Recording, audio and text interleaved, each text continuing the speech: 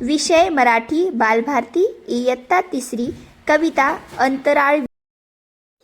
तुला सांगतो आई मला अंतराळवीर व्हायचंय, यानामध्ये बसून मला चंद्रावर जायचंय.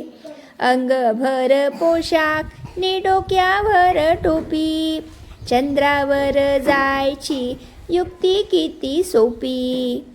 पाहुणा बनून मी जेव्हा चंद्रावर जाईन, चंद्रावरच्या सशाला सोबतीला घेईन.